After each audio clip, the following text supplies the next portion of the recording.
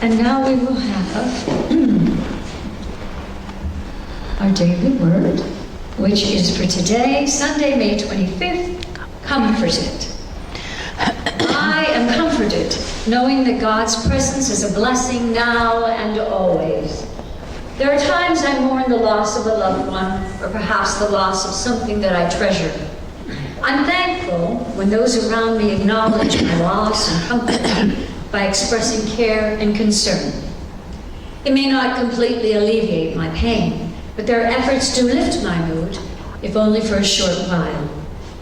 I also recognize the tender, loving presence of God that is always within me and with me, and it enables me to persevere even in the face of loss. God's comfort is for everyone.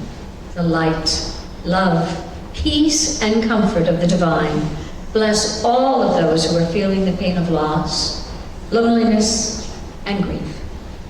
I pray that the love and care of God flow through me to comfort those who grieve. And our biblical reference this morning: sing for joy, O heavens, and exult, O earth. Break forth, O mountains, into singing, for the Lord has comforted his people and will have compassion on his suffering ones. Isaiah 49:13. Lead us in meditation.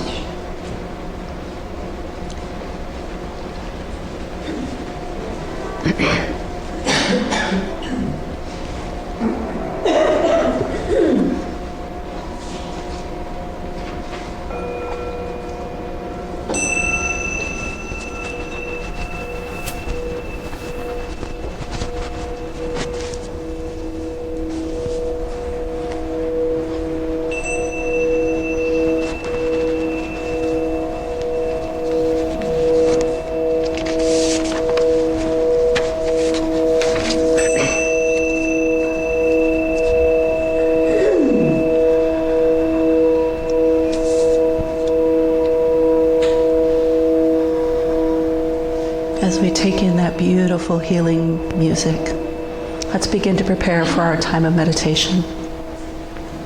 If you're comfortable doing so, put your feet on the floor. And if you so choose, close your eyes or just gently soften them. And begin that comfortable breathing.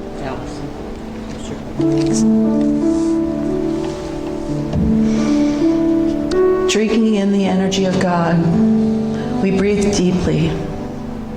We feel our bodies relax and become still.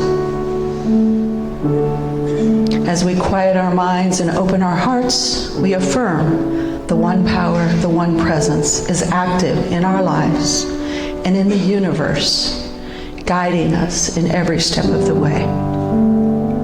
United with our hearts and minds, we gently move into this sacred time of meditation.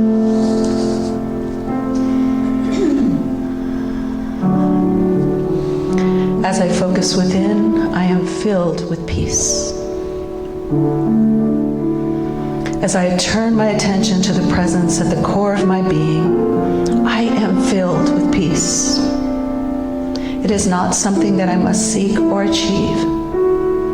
It is an inner knowing that is always there to soothe and support me in mind, body, and spirit.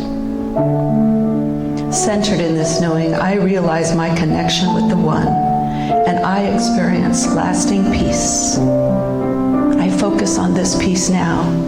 I am peaceful, and I rest in the silence.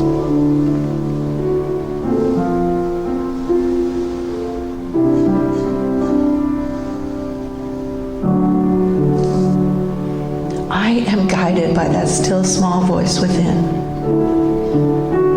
Affirming the radiant light and wisdom within me, I allow divine guidance to light my world. I release the need to fight for a right answer, and I trust what is to be revealed will be revealed. As I tune into this still small voice within, my way is made clear. My faith and confidence grow as I rely on this guidance in the silence.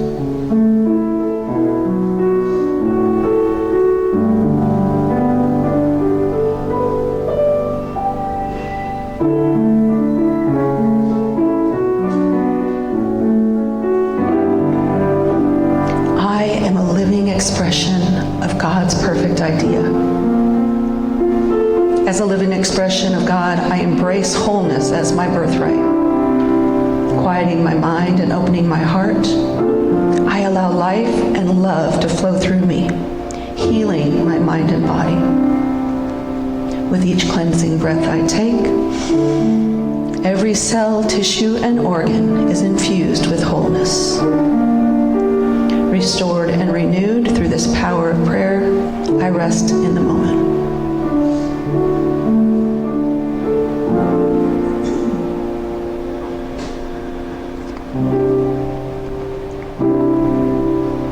My life is filled with infinite good.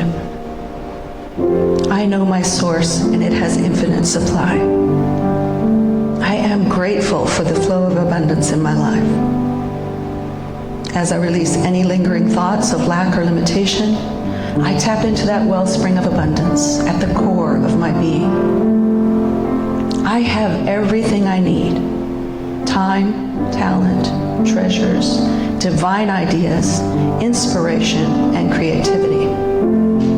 I affirm this abundance for myself as well as for others in this moment.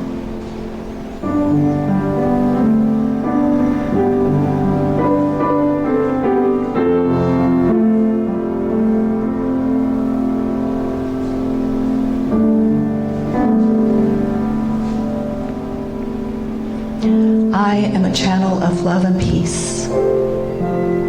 I connect my heart with the mind and with all life, and I visualize a world at peace. Although other parts of the world may seem distant and separate from me, I know that in truth we are one. So I choose to radiate peace to all humankind in everything I sing, think, say, and do. In this way, I contribute to the global consciousness of peace, a consciousness of compassion, understanding, and kindness. In joy, harmony, tranquility, and love, I affirm this peace now as I go within.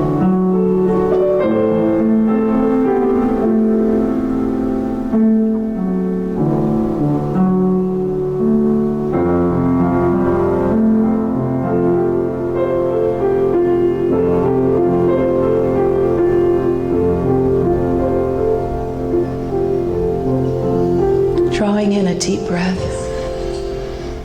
we are re-energized and revitalized. We breathe deeply in and exhale. We are guided by the light, and this sacred time of meditation has united us with that higher state of consciousness and has generated positive change in our world.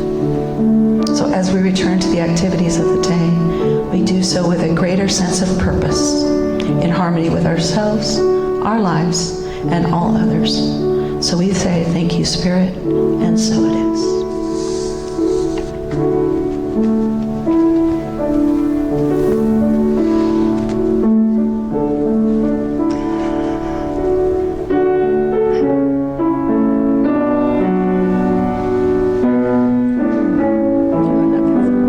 Let me see what the graphic is. Yeah, I told him something about a mirror. So wherever you go, there you are. Let me, wherever I go, I can get the mic up. There we go. So, thank you all for coming out and spending a little bit of your Memorial Day with me. And I forgot to invite you back after the medication, so if you're not back in the room yet, come on back, because we're going to have the talk now, okay?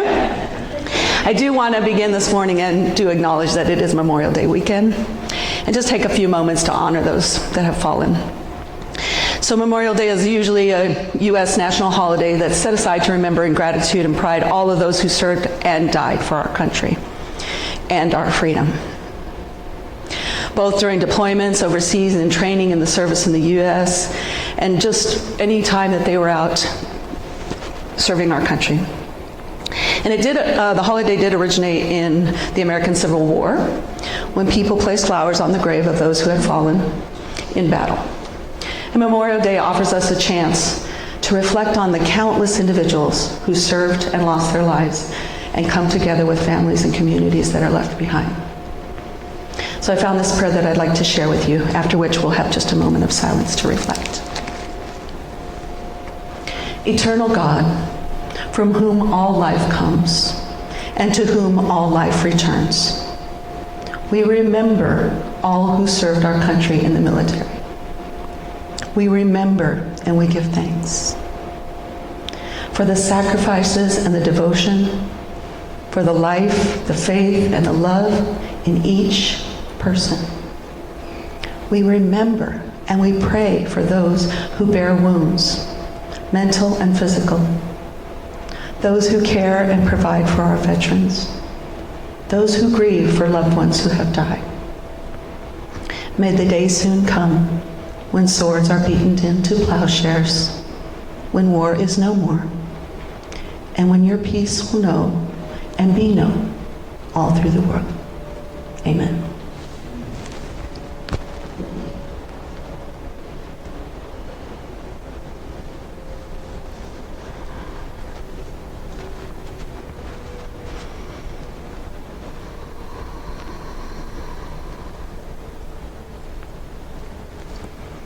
Thank you for allowing me to share that part with you.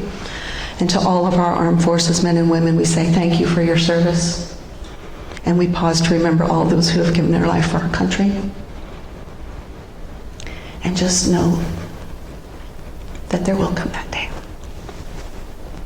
You might think I'm a dreamer, but I'm not the only one. So now we're going to turn to our topic of the day, which is wherever you go, there you are. And I consider myself a pretty good observer of, the world around me, and I seem to have picked up on the notion that life tends to respond to our outlook. It shapes itself to meet our expectations, which usually are birthed in our consciousness. In other words, wherever you go on your journey called life, you project your attitude and expectations ahead of you, and life can only be the divine reflector of your consciousness. And it will draw to you the people, the events, the circumstances that reflect what you expect to find when you get there.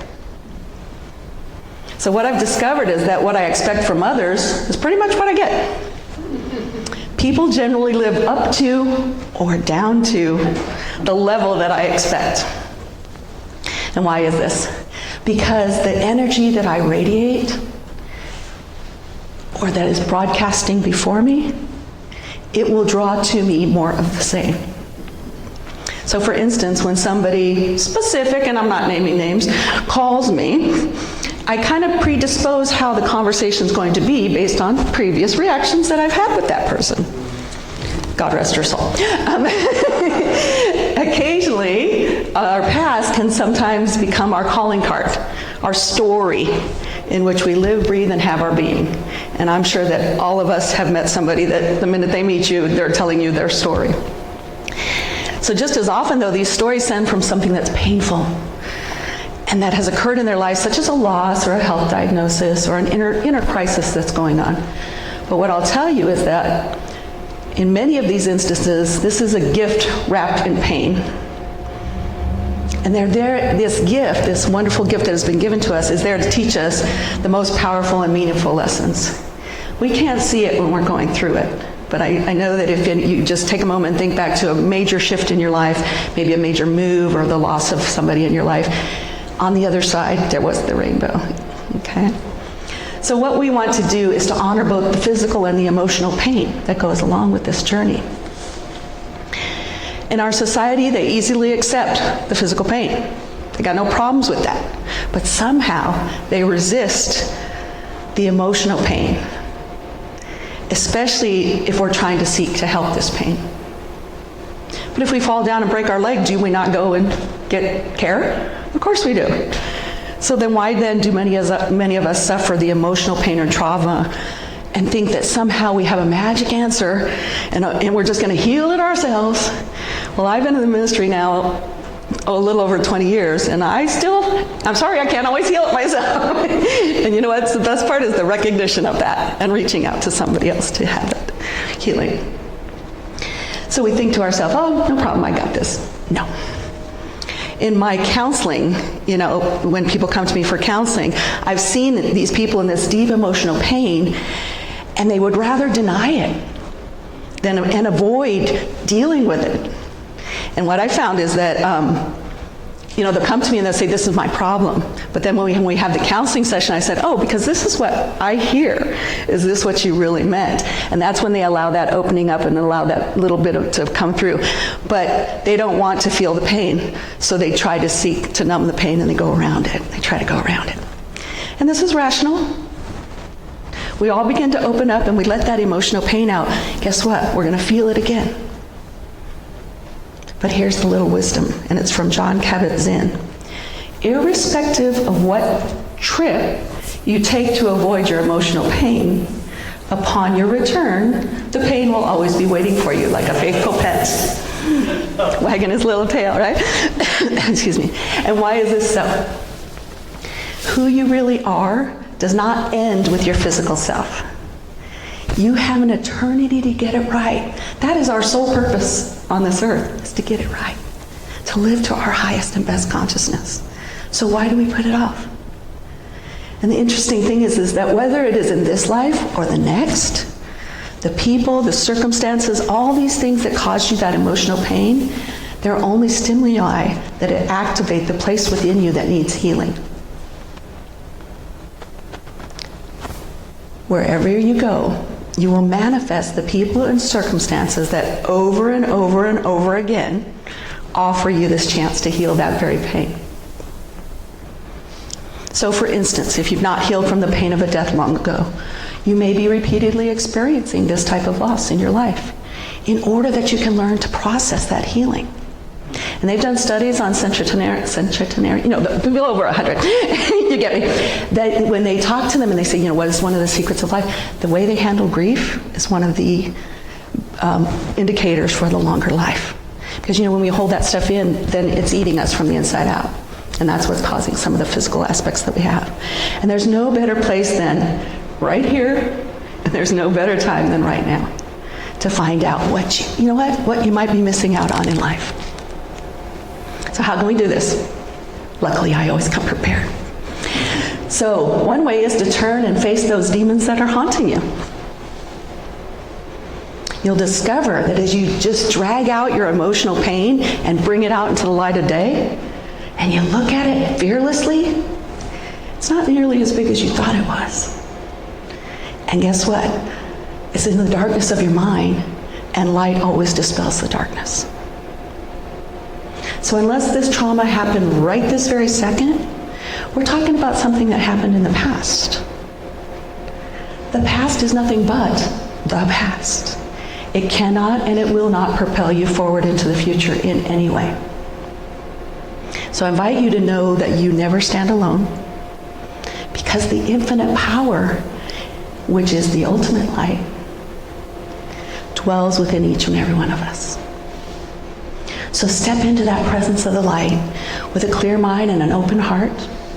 And guess what? You'll find victory in the eternal moment of now. So there's a wisdom to that old saying about living every day as though it was your last.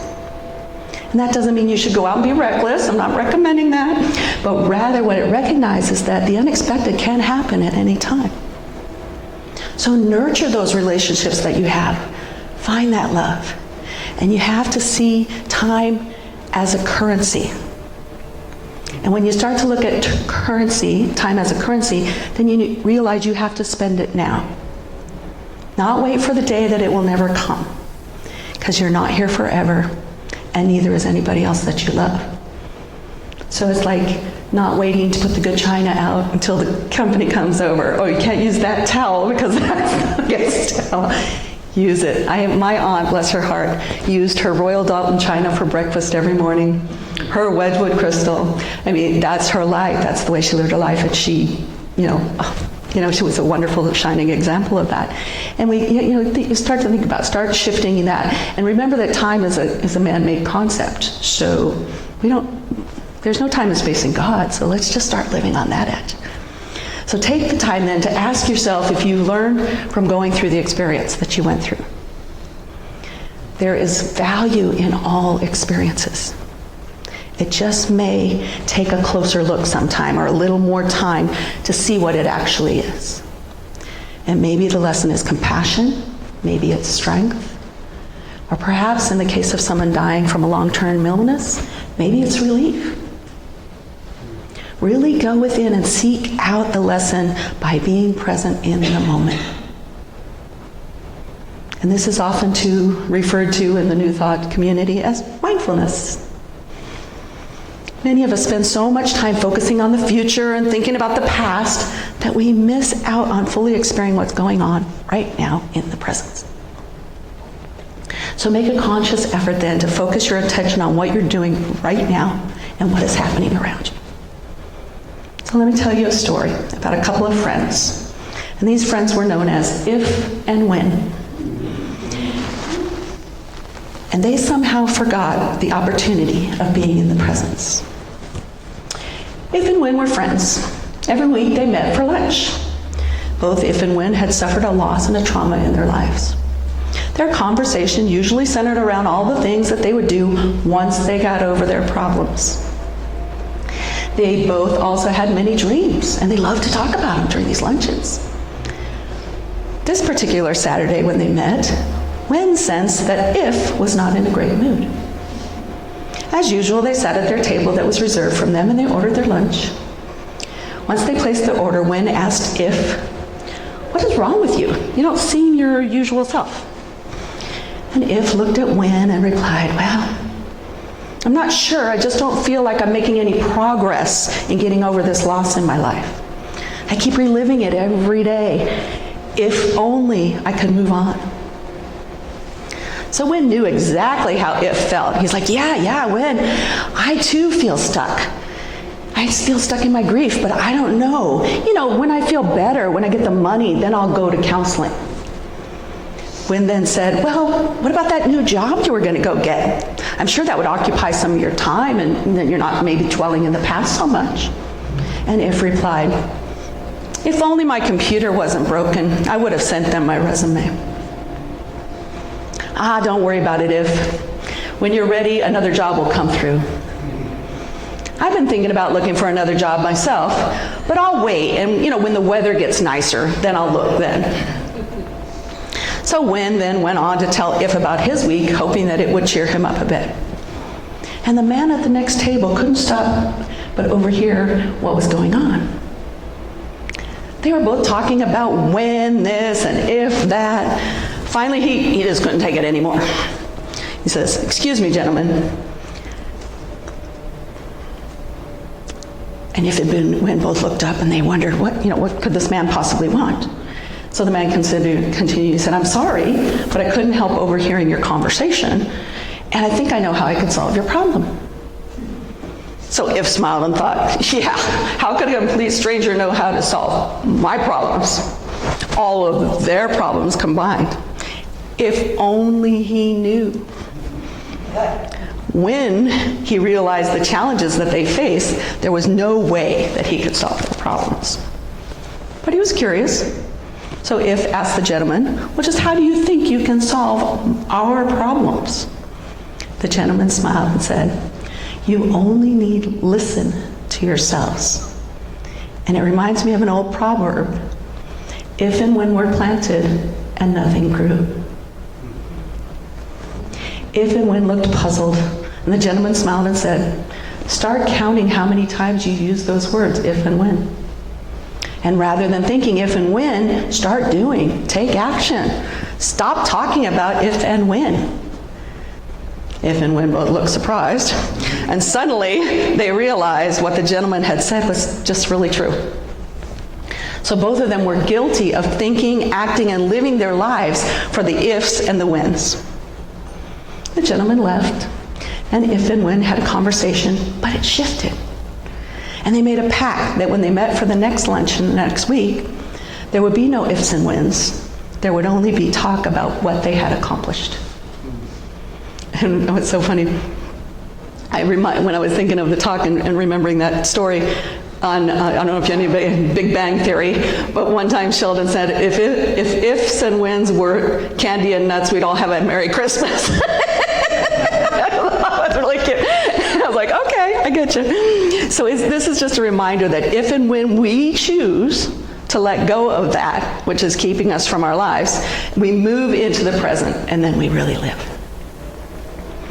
It is through our thoughts, our words, our actions. You know what we do? We broadcast to the universe exactly the experience that we expect. What we expect it to be, and guess what? The universe gives us back exactly what we broadcast out. Remember, the universe always says yes. So check your frequency and tune into something higher and better. Try listening to your prayers or affirmations that are helping you to move forward. Are they helping you? Check your wording on those. And with this in mind, rather than praying in utter desperation, God, show me the way out of this mess. How about saying, God, show me the way in to a deeper communion with you?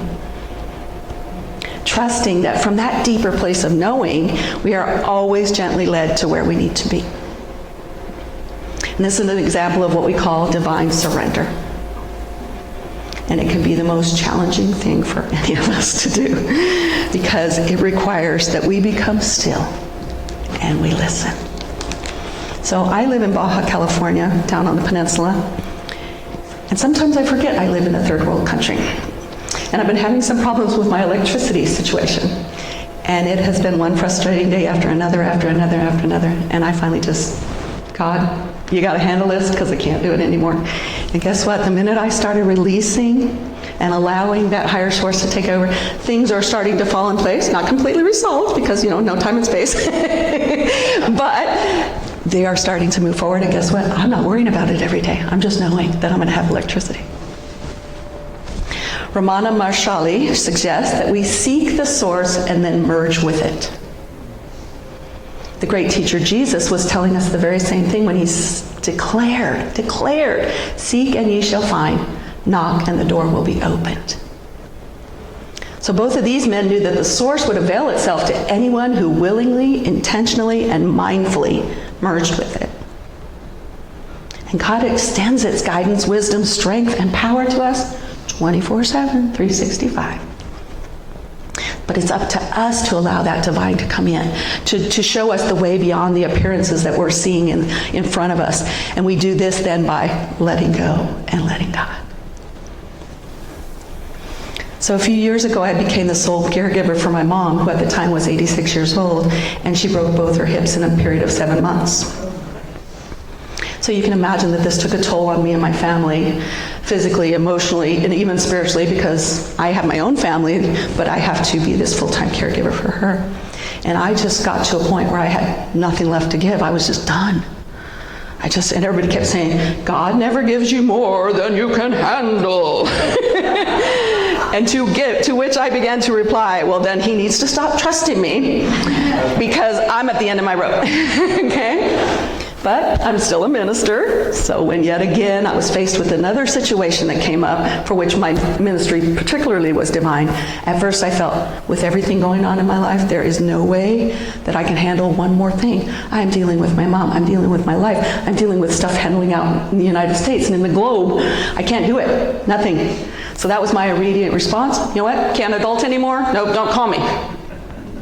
I cannot extend my prayers any further. They're stretched to capacity. I've done everything I could do. But of course, this was my human gut reaction to what seemed like, oh great, another thing being piled on top. So, but I got home and I kind of had an opportunity and I spent some time with it. I went within. And I released that part of my humanness. And I did what I was trained to do. That letting go, and I let somebody else handle the details, my higher source, my power. So the next day I received an urgent request from a fellow minister from his daughter, after which my husband had a health crisis. But because I'd already done that inner work, that mindfulness work, on the previous things that were happening up until that moment, I was in that space then to receive that information and to deliver what was needed in that moment. I easily and effortlessly extended my prayer list for the night. I call this being all prayed up. Okay? So like if you do your spiritual practices every day, whatever they are, meditation, journaling, prayer, music, gratitude walks, whatever it looks like for you, if you do that every day, and whether it's at night or then when something comes up, you'll find that it isn't quite as catastrophic as you thought, because you're all prayed up inside. You have that within you. And this is a good place here to remind you that, again, it was in my release that I was able to move forward. To gain that forward momentum, we have to be allowed to do so. We have to have that next opportunity that's going to come up, and if we're not moving forward, we're stagnant. So that saying again that God never gives us more than we can handle, and I've had to be reminded of this so many times in the recent past. But what I gleaned from that then was what often seems useless in the face of my humanness that I'm going through is that if I release it back, if we truly let go and let God, then indeed it is not more than we can handle. It's our limited view as humans. And it may seem catastrophic, but in the divine, which is infinite, it has its ability to heal, and it is minute by comparison. So I want to take a moment and say that I'm not saying that if you've had a recent loss or if you've had any trauma in your life, don't go through the process until grief. I'm not saying that. Yes, definitely do. I'm not saying feelings of being overwhelmed by life are not valid. And I'm definitely not suggesting that you simply get over it. But what I am saying is every day move in the direction of your wholeness. Allow some of the sadness to fall away. See the greater good. And hold fast to those little joys that show you up and embrace them. And allow others to support you. How many times do we not ask for help? We have a beautiful spiritual community. I'm sure they'll be there if you call them. And I want to interject here too that that's what I ended up doing too, is I called on somebody else because I saw that I couldn't pray for myself in the way I needed to be healed. You're never alone when you have a spiritual community and when you remember who your source is. So let's close with a meditation that's titled, Gifts of God Are Mine Today. If you so choose, you can put your feet on the floor and soften your gaze. I invite you to close your eyes. Put your feet on the floor and breathe intentionally and just allow yourself to be present.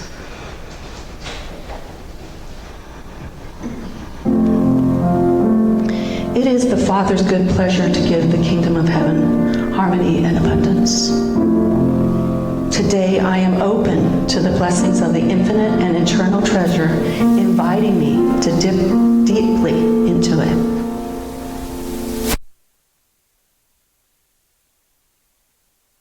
All things. As I ask, so do I receive. A full measure unto my faith, pressed down and running over. These and other divine promises and assurances sing in me. The still small voice reminds me that the divine hath, all that the divine hath is mine. This day I listen deeply to that still small voice, and I believe its promises. I fear nothing, neither lack, limitation, disappointment, nor distress of any kind, for it is not the infinite, and the infinite is always with me. So what caused this appearance of lack in my life? Simply my fear or my belief that God could forsake me. I do not believe that now, and it no longer matters to me what the appearance of today is or what has gone before, because today is new and I am newly awakened into it. And I believe with dauntless faith that my good in full measure comes to me right here and right now. I believe that it is indeed God's good pleasure to give me the bounty. And I know that is given as I ask without question or limit, and I am ready to receive. The gifts of God are mine today, and so it is. Namaste.